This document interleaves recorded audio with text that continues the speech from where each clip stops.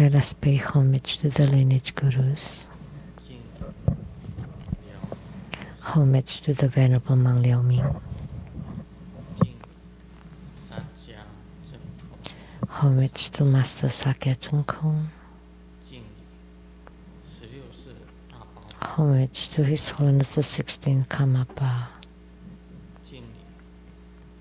And homage to Master Dukten Dorji.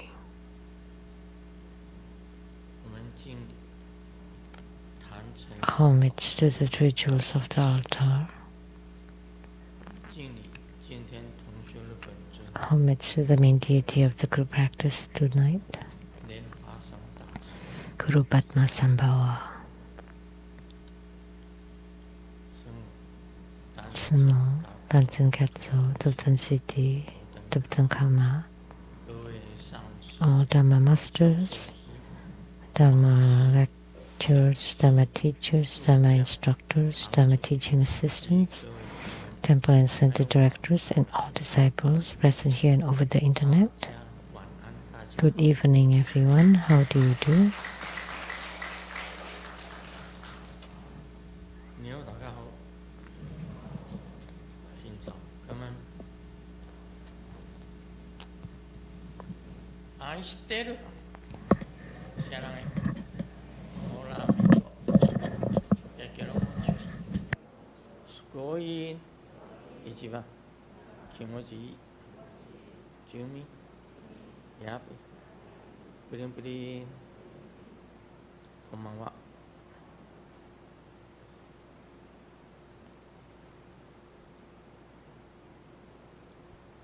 Those are greetings in different languages and sign languages.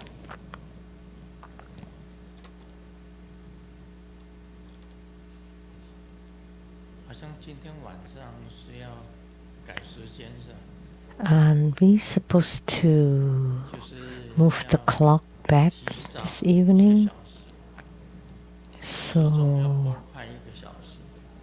you should move forward at the time 1 hour, meaning we will lose 1 hour of sleep. Normally, we already have not enough time to sleep, and now we lack 1 more hour. Oh, that's too tiresome.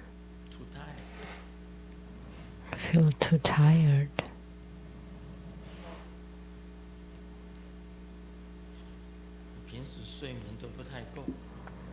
Normally, I don't even have enough time to sleep, and now I would have 1 hour less. That's really hard. Why are they sorry? Why are they moving it forward an hour? Wouldn't it be better to move it backward?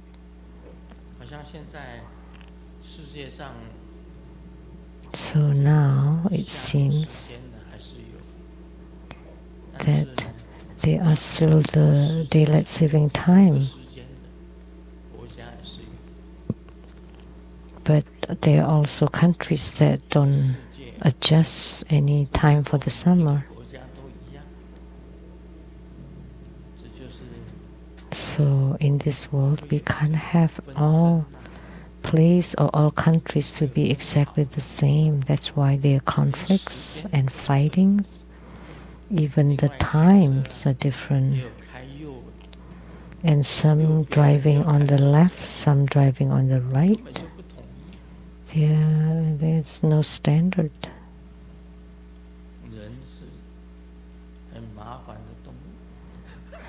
So human beings are troublesome animals.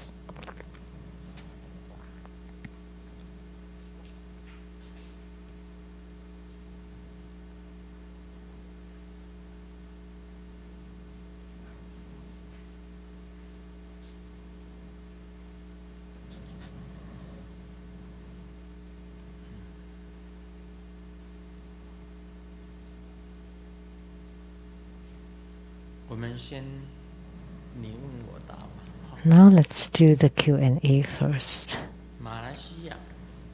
A question from Malaysia. lotus or 莲花一丛. Prostrations to my Guru, the Venerable Lien Song. May Guru be healthy every day. I seek your guidance. There are two questions. One, Grand Master has often mentioned that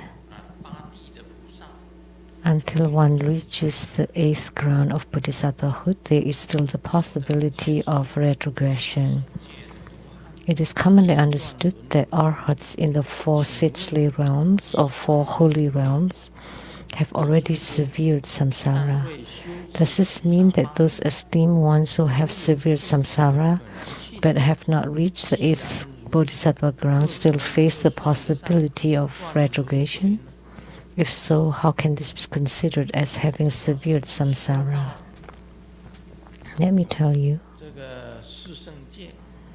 If you cultivate and reach the 4 Siddhli realm, then you would naturally cut off samsara. They will not fall into the rebirth cycle again.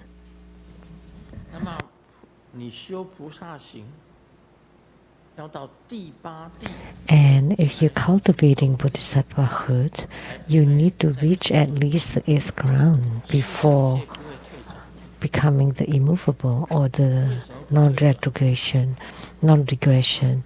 But the 4 Siddhli realms are all non-regression. Why? Because they have cut off all desires. No more desires. Because the desires are the cause or the origin of samsara or rebirth. If you still have joy, you like light and despise darkness, then you would go to the realm of form.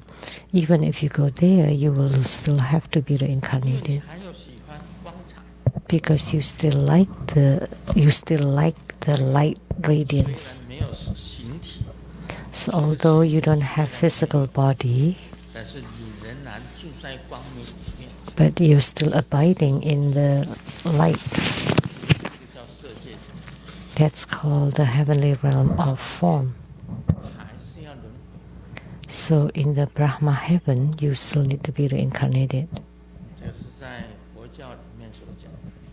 That's spoken in the Buddhism.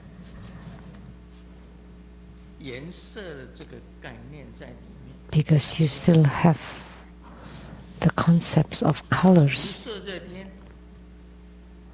If you reach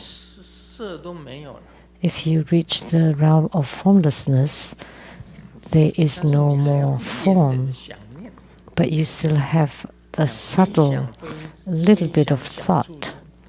Like in the Akanishta heaven, there is still thought. So because there is still a thought, you still have to be reincarnated. So the infinite form, infinite emptiness, non-existence, and then no thoughts and no thoughts, or the highest realm. However, there is still a little bit of thought there. Therefore, they still need to be reincarnated. Unless you cut off everything,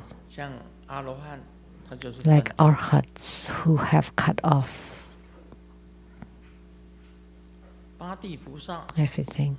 8th ground Bodhisattvahood. Why are they non-regressing? Because they have attained and proven the unborn endurance. If you can comprehend unborn or no birth, you will not have any desires. So unborn endurance is a fruition. So, and the fruition is to understand and realize birthlessness. And since there is no birth, there is no death. With no birth and death, there is no reincarnation or rebirth. So above the 8th ground, bodhisattvas also cut off samsara. And of course, our hearts in the 4 sixthly realms also cut off samsara, because they have realized birthlessness. If you read the sutras, the Mahaprajnaparamita Sutra, the Vajra Sutra or Diamond Sutra, and the Heart Sutra,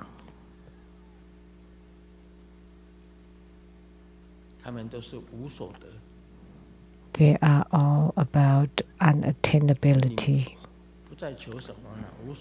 You don't ask for anything. It's unattainability.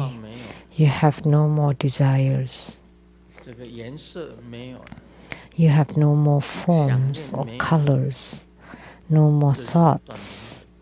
Then you cut off samsara or rebirth cycle. So for liberations, there are liberations through non-phenomena, liberation through non-action, and liberation through emptiness. 3 kinds of liberations, and also liberation through non-generation. If you don't generate or you don't give rise to any thought, then you would be liberated. So our hearts have cut off samsara, although they don't deliver sentient beings and they're of the lesser vehicle, but they have killed the 6 thieves. And what are the 6 thieves? The eyes, ears, nose, tongue, body, and mind. Killed them all.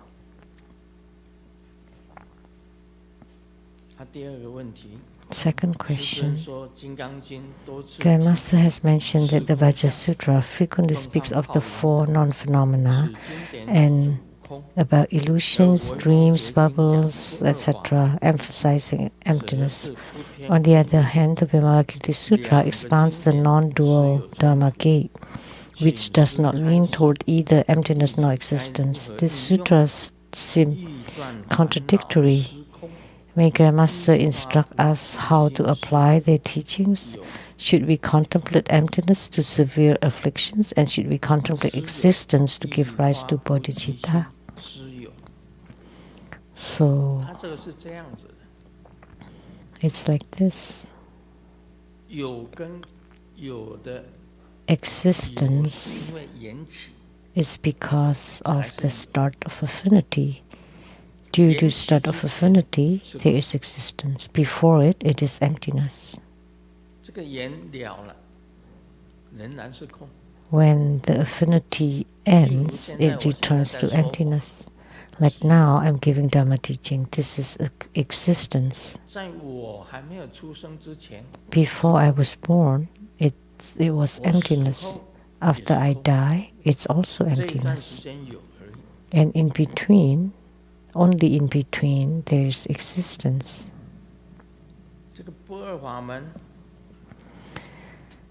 The Dharma gate of non-duality is not biased toward emptiness nor existence. So that's the philosophy of the middle way.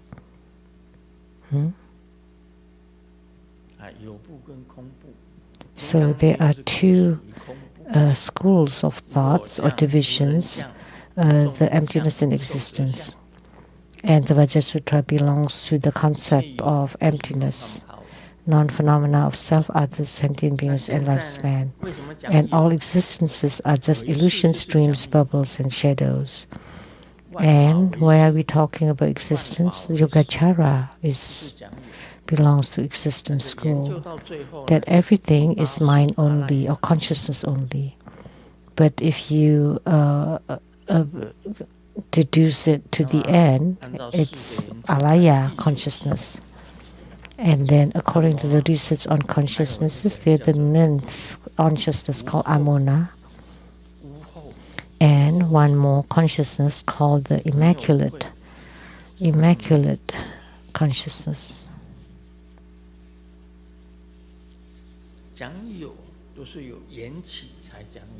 So we talk about existence due to the start of the affinity, start of the causes and conditions. without causes and conditions, there is nothing. So primarily, that's what it's about, emptiness and existence. There are no contradictions, because it's mentioned in the Vajra Sutra and Vimalakirti Sutra are not contradictory. They're not contradictory. Because at the end, Vimalakirti is non-dual Dharma Gate is about unspeakability, it's about not saying anything. He didn't say anything. Manjusri Bodhisattva asked Vimalakirti, what is your Dharma Gate of non-duality? And Vimalakirti did not say anything. That's emptiness. So all those existences are just starts of affinities. Due to starts of affinity, there is existence. But the intrinsic nature of the start of affinity is emptiness, and before and after it is also emptiness.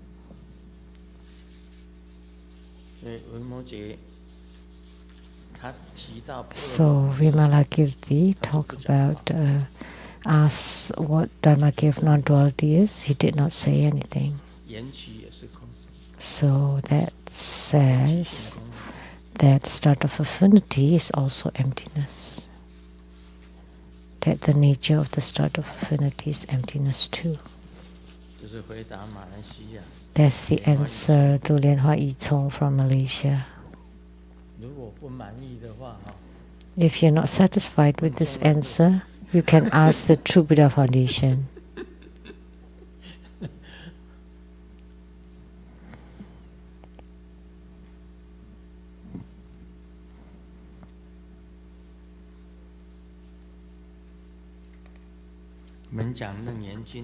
Now we will discuss the Surangama Sutra. We'll continue the Sutra exposition.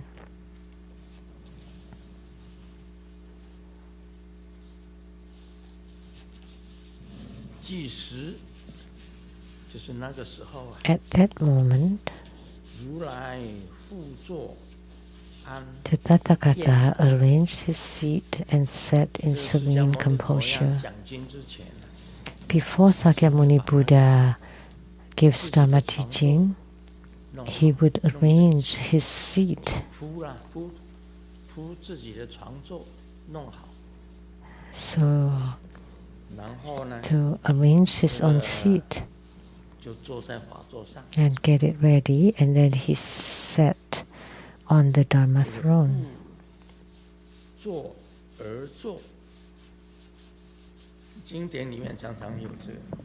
It's often written in the sutras.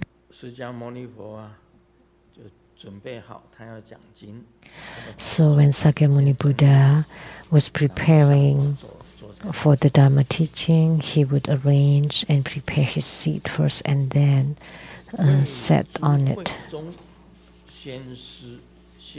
expounding the profound and sublime to the great assembly.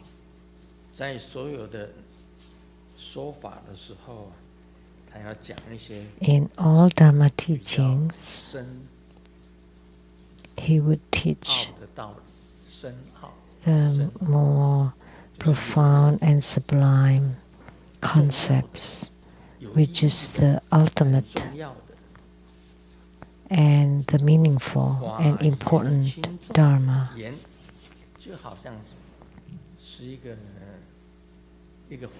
Such a Dharma banquet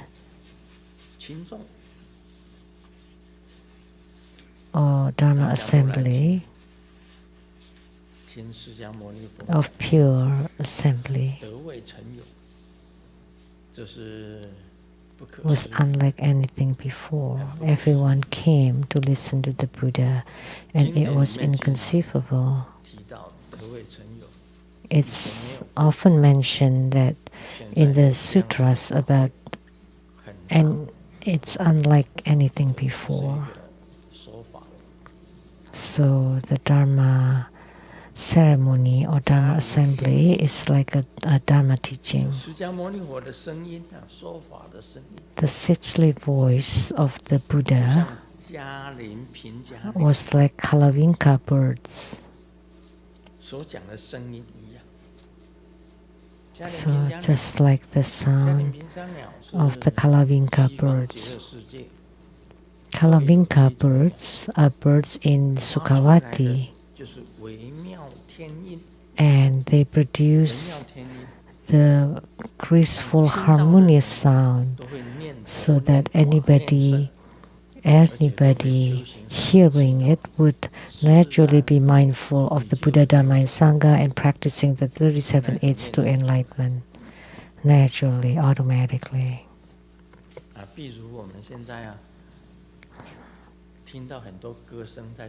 Like nowadays, when we hear songs sang by the song artists, and they're just beautiful, beautiful voice,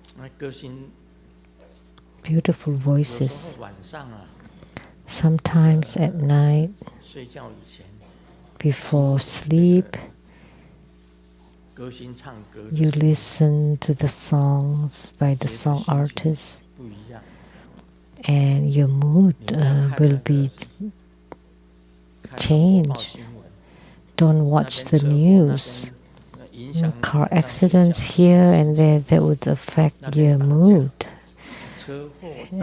For sleep, fightings, murders, fire, all the news that would contaminate your heart and mind. But if you listen to the beautiful music, then you would feel relaxed and nice. It's different. So at night, sometimes Sumu and I and my family would play some music at home. Then I would be in a good mood, would feel relaxed and happy. So the sound of Sakyamuni Buddha's giving Dharma teaching is like Kalavinka birds, very marvelous and sublime, very beautiful, not hoarse like I am now, a little bit.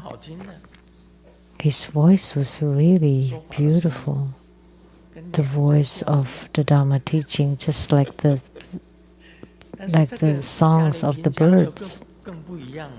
And Kalavinka birds are even more unique, because in Sukhavati, the western realm of utmost bliss, because of this kind of sound or music, that they would naturally be mindful of the Buddha, Dhamma, and Sangha and practicing 37 aids to enlightenment.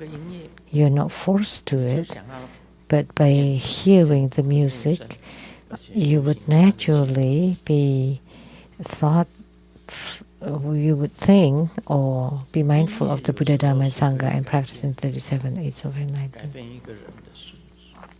So sometimes music can change a person's state of mind or emotion. So that's why musics are very important. You cannot discriminate against them. See, if you go to the churches or Catholic church, they have choirs.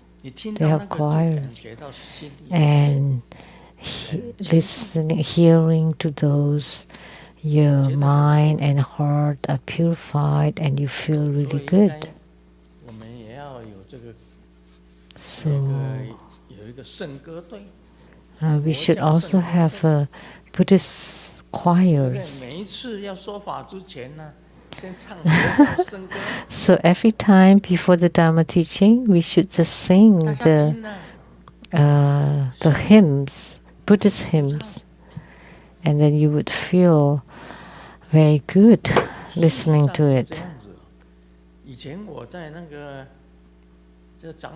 So that's how it really is. I was the choir member and wearing white dress and with the tie and in a group, and we all sing. We all sang, and the voice were very beautiful, so that everybody entering into the church would feel peaceful and pleasant.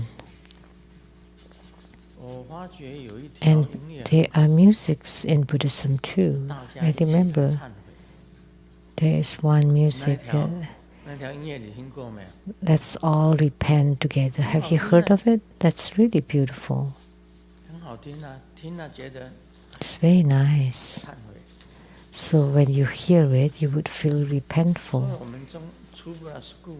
So our True Buddha school, the choir group, we should ask them to sing. Every time before we start, we all should sing like the hymns. And then you feel at ease and at peace, and then you listen to the Dharma teaching. That would be meaningful. So Sakyamuni Buddha produced the sagely voice like Kalavinka birds resounding throughout the 10 directions. His voice was very nice to hear. As numerous as the sands of the Ganges, Bodhisattvas gathered at the Dharma assembly.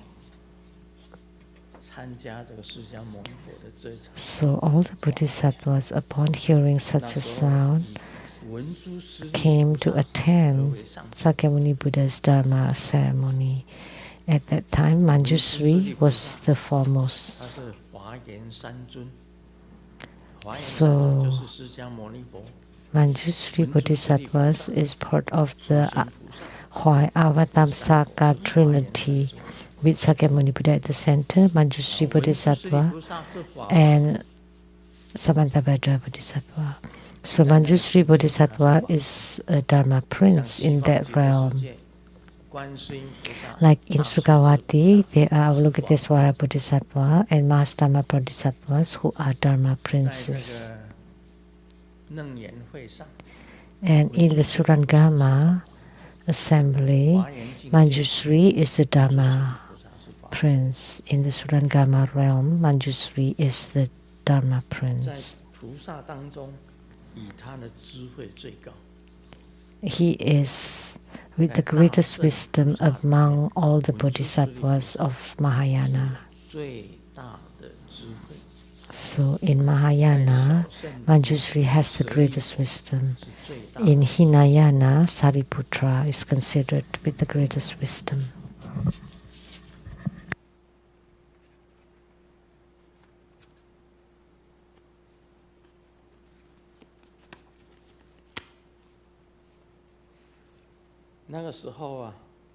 At that time, there was a king, King Prasenajit. King Prasenajit was a great benefactor and supporter of Buddha Dharma. He was also living in the city of Sravasti. At that time, King Prasenajit, who was a king in central India, in that area, the city of Sravasti was also in central India.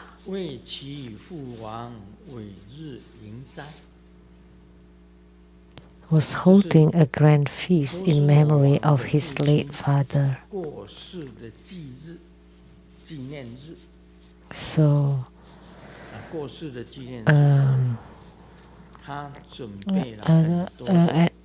anniversary of his late father's death, he prepared many delicious foods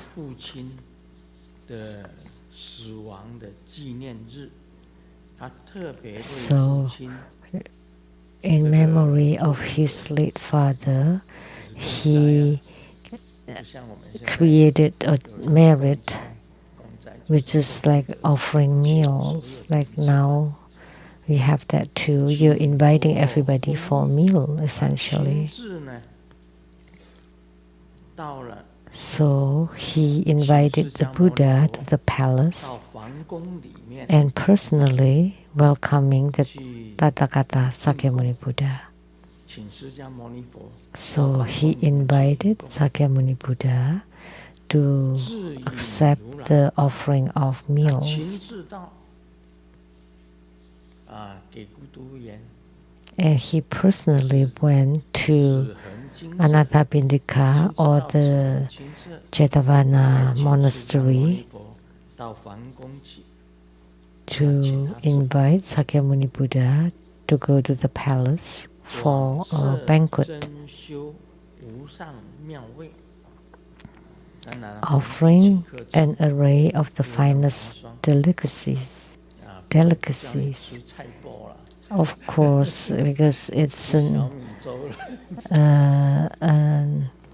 invitation by a king, then we would not eat a dried radish or millet porridge, but of course they have the finest delicacies, very, very with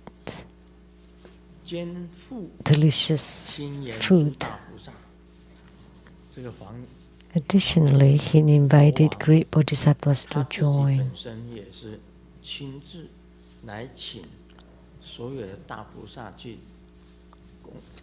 So the king personally invited all the great bodhisattvas for this meal offering.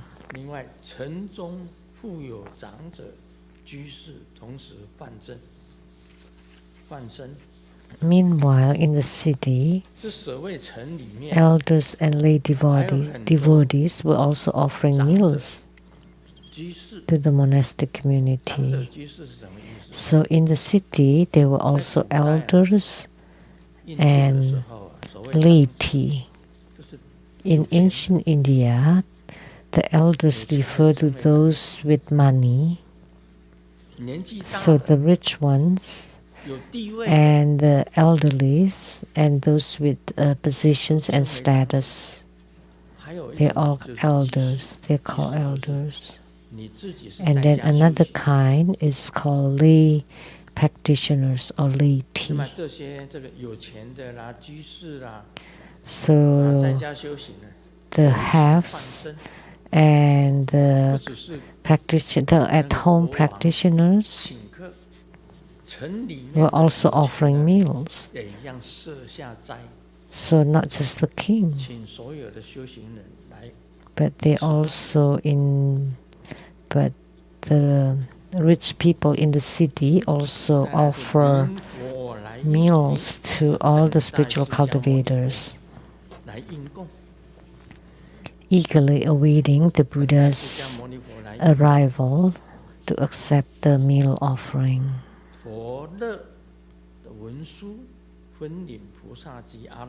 The Buddha asked Manjushri to lead the bodhisattvas and arhats to accept the offerings of the various hosts. So Sakyamuni Buddha instructed Manjushri Bodhisattva to lead the other bodhisattvas and arhats to go into the city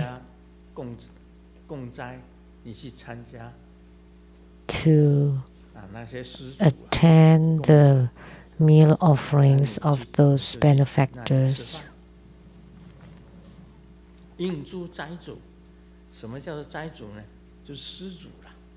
So the hosts, which is like benefactors who have prepared many delicious foods and inviting you for meals.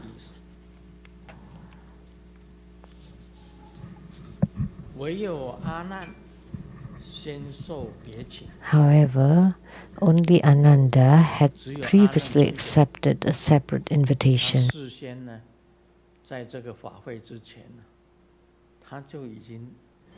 Only the Venerable Ananda, before this Dharma assembly, due to an invitation, went alone and had not returned. So Ananda in Chinese, Anand, a cousin of Sakyamuni Buddha. So they are related. At that time, there were 8 princes becoming ordained, and Ananda was one of them. And Ananda had also served Sakyamuni Buddha for close to 20 years. Ananda, close to 20 years, a close attendant of the Buddha. And someone else invited him all by himself and was away on a journey. He went away on his own, leaving the Sangha to go to another place and had not returned.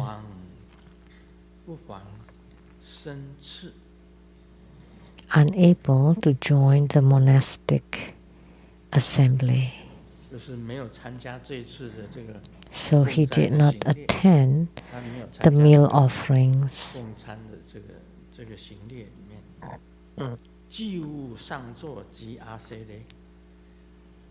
Having neither a senior nor an acharya. So what does it mean? He went on his own. So a senior monk who has been ordained between 10 to 20 years. That's called the upper seat. Someone with an upper seat. And so he was by himself. And he was not accompanied by a senior monk who had been ordained for 10 to 20 years. Nor an acharya. What is acharya? In Tantrayana, there are 4 kinds of acharya. The Vajradhara, the great radiant holder Vajra Acharya. They have emit a clear light radiance. Through mantra chanting, you can radiate a clear light radiance. So the great light holder Vajra Acharya.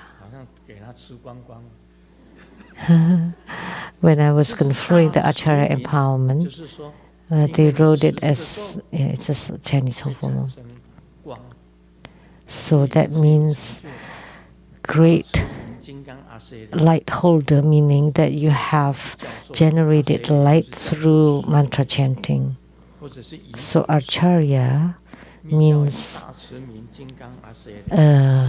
sadhana teacher in Tantrayana. The great light radiance Vajra Acharya, a great light Vajra Acharya, and then Vajra Acharya, and the last one is just Acharya. So the most basic is just an Acharya who can understand all the practice procedures or sadhanas. So that's like a master.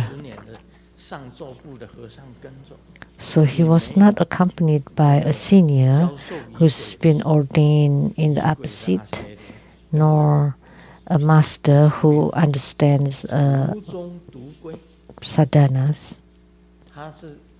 He returned alone after accepting the invitation. Now he's on the way home. That day, he had no one to offer him food because he did not attend the meals offering. Of course, he was hungry. So he had to go for an alms, holding his alms bowl.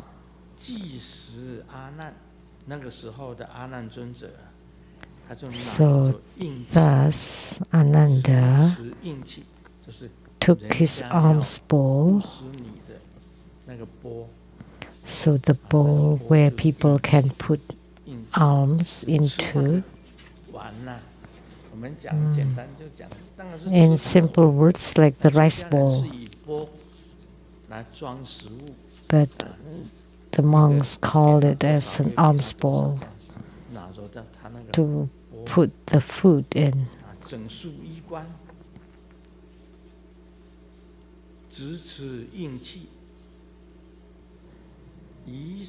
So Ananda took his alms bowl and walked through the city.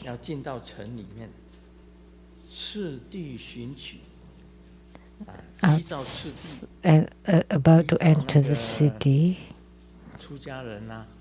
seeking alms in sequence. When the ordained monks would go from house to house asking for alms, Ananda was doing that.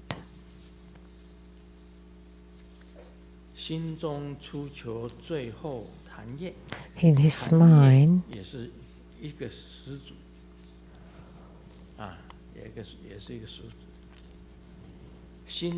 he sought a final donor to act as his meal sponsor. So he's looking for his meal sponsor or donor.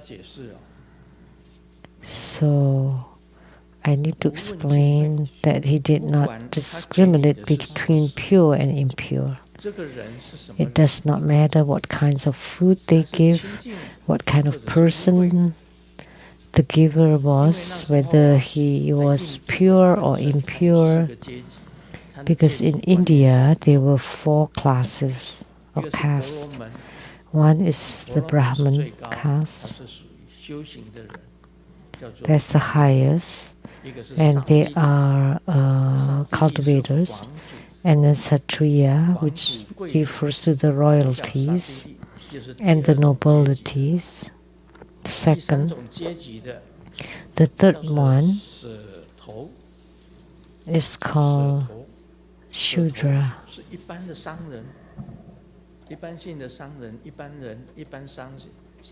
So that's merchants and traders, Vaishya, and the last one is Sudra. The third one is Vaishya.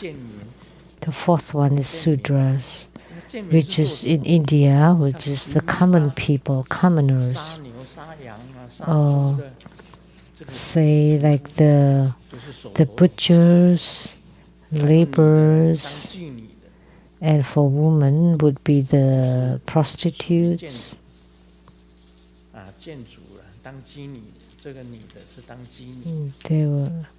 If a woman is a prostitute, then they would be considered Sudras, in the Sudras caste. So 4 caste systems: Brahmins, Kshatriyas,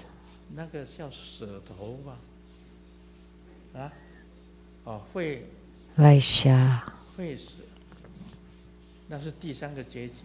That's the third, and the fourth is Sudras.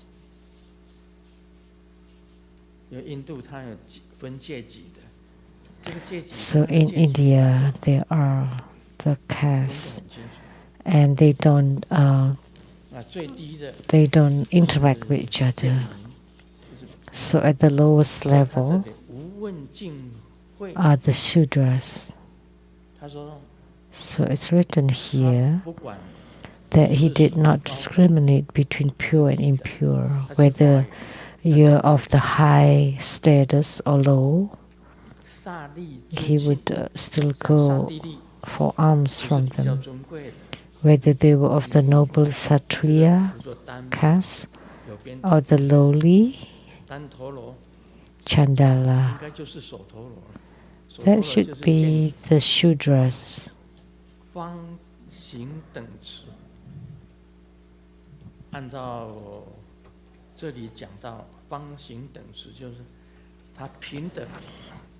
He practiced universal compassion, equality, so he did not discriminate the four castes, like that my meal donor should be pure or of high status, or the lowly. So he viewed sentient beings to be equal, to disregard the system of castes.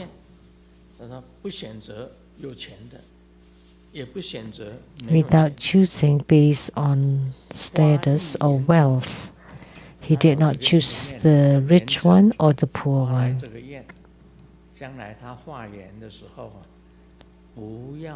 He has made this vow that when he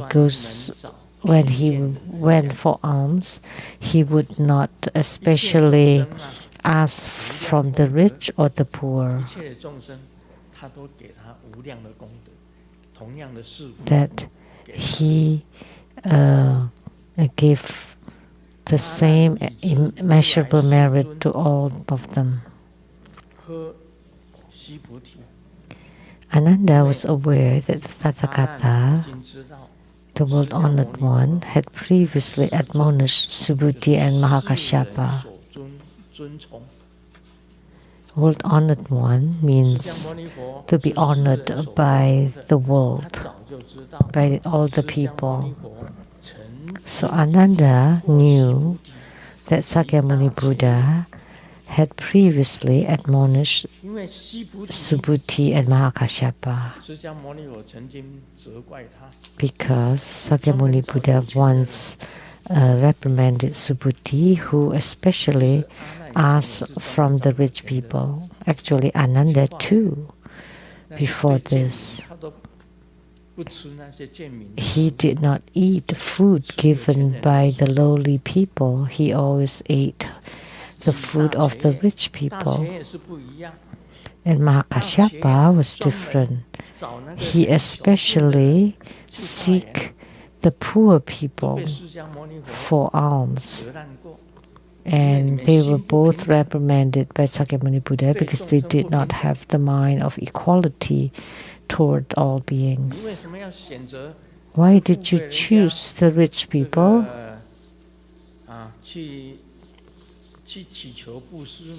To seek for alms? Because rich people would give you good food and they will not become poor. So that was the answer given by Subhuti and Ananda. But for Mahakashyapa, by asking for meals from them, by eating the food of the poor and the lowly,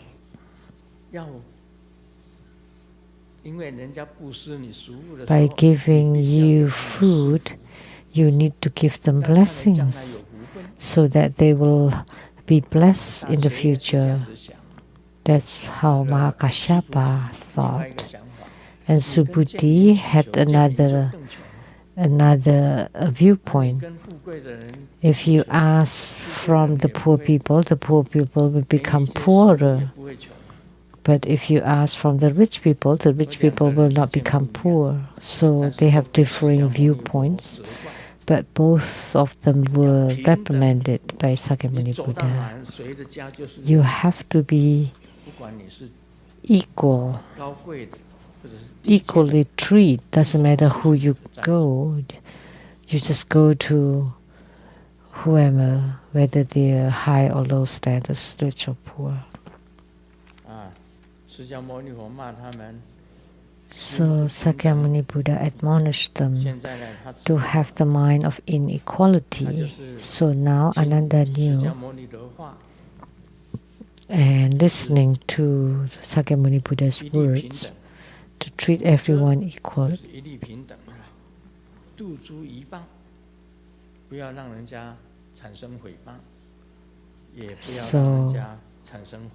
So that people do not slander or skeptical toward the Buddha. While walking past the city walls,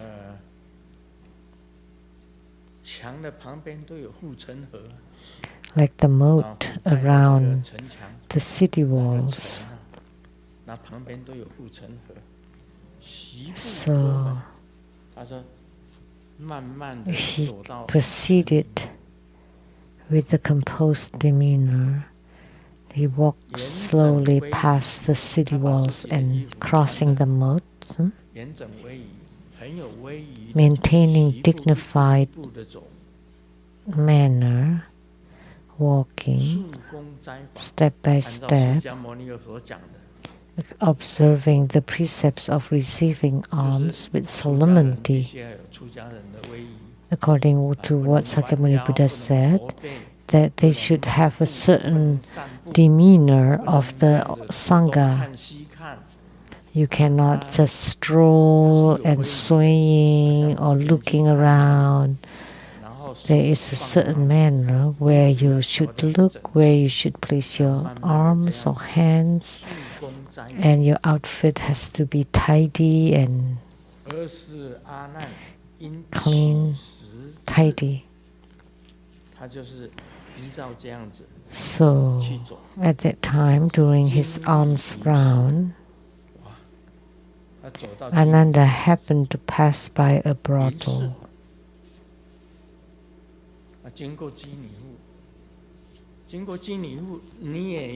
So he was passing by a brothel, and all the same, you should also go ask for alms there, because they are of the lowest caste in India.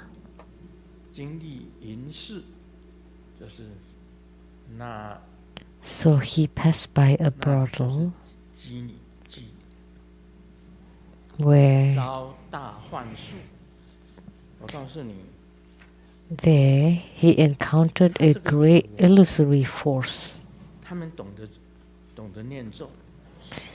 So they knew how to cast spells, Brahman mantras or that mantra, and would hypnotize you. Actually, you don't even have to do that. Even before they cast any spells, you already walked into it. Confucius says food and sex are human nature. You still have that tendencies. Great spiritual cultivator has meditative stability. Like an acharya, to be an acharya, you have to have that mental stability. They understand about the procedures and what is allowed, what is not allowed. That's an acharya. And a senior from the upper seat, the cultivators for over 10, 20 years, generally, they already have meditative stability too. They have meditation power.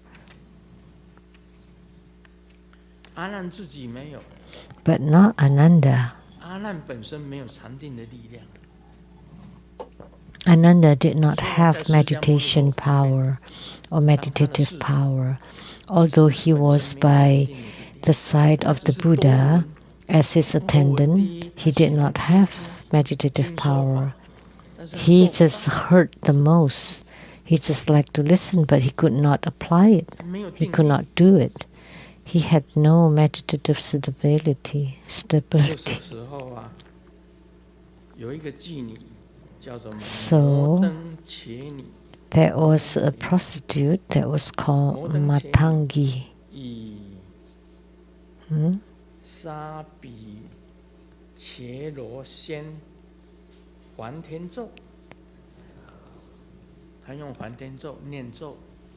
Using the ancient Brahmanic spell of Sabika, entranced him and led Ananda into. And when he saw this Matanga lady,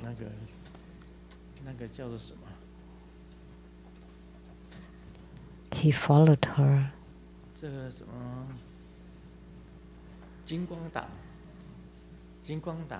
What is that called? That was in Taiwan. And she would walk to in front of you, and they would just wave their handkerchief, and with a certain fragrance, you would be like hypnotized, and then you would follow her into the bank and got all the money and give it to her. So the prostitute can also cast spells. And then before even she did that, Ananda already followed her, as let alone if she chanted the mantra. He became very lustful. Ananda did not have meditative stability. He only started practicing after the Buddha entered parinirvana.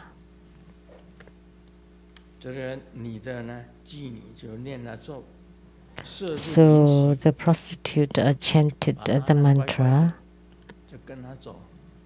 and Ananda just followed her obediently and to lay on the bed and took off the clothes.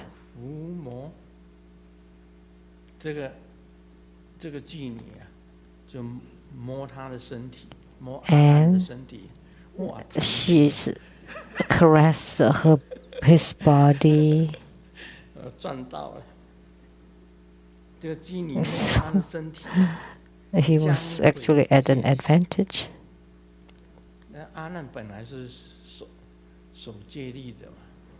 So Ananda, as an ordained monk, was keeping the precepts, but that woman deluded him, asked him to be in bed, taking off all their clothes and touching each other. So that's very serious.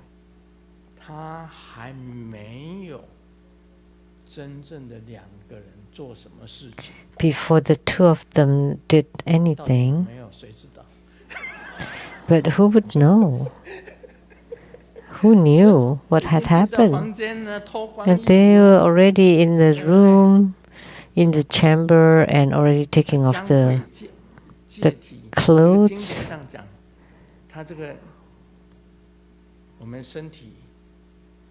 But the sutra said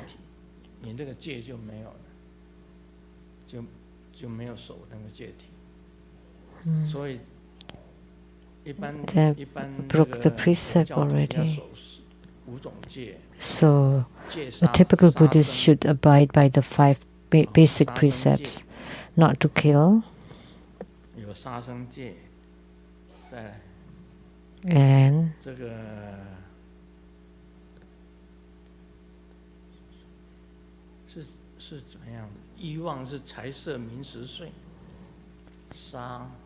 not to kill, not to steal, not to have sexual misconduct, not to lie, and not to drink or become intoxicated. And then the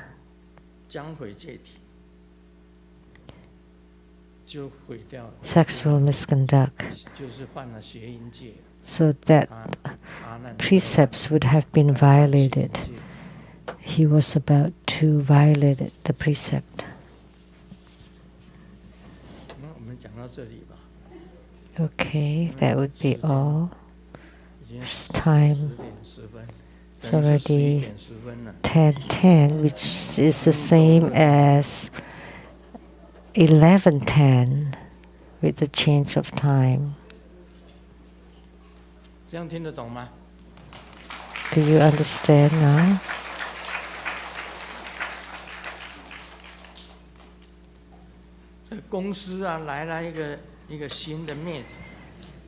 There was a man came to the company, and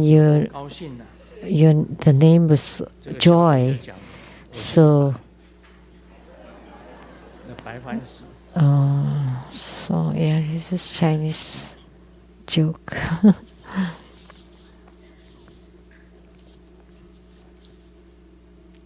At the end of year party, I got the special prize, and the prize is to chat with the boss for an hour. That's a special prize.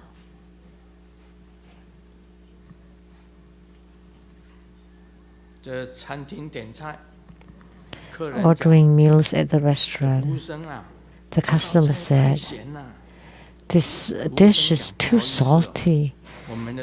And the server said, "Oh, sorry, because our chef is heartbroken recently." Well, heartbroken and being salty, what's the relation? Oh, because he was crying when he was cooking. So the tears fell into the dish.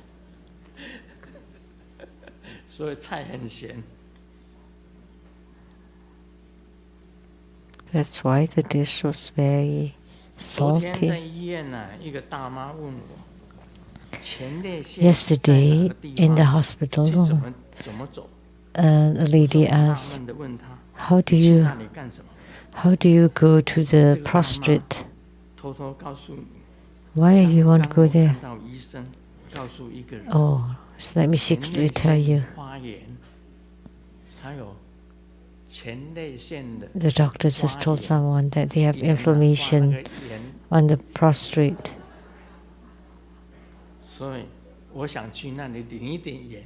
Oh, this is also another Chinese homophobe joke.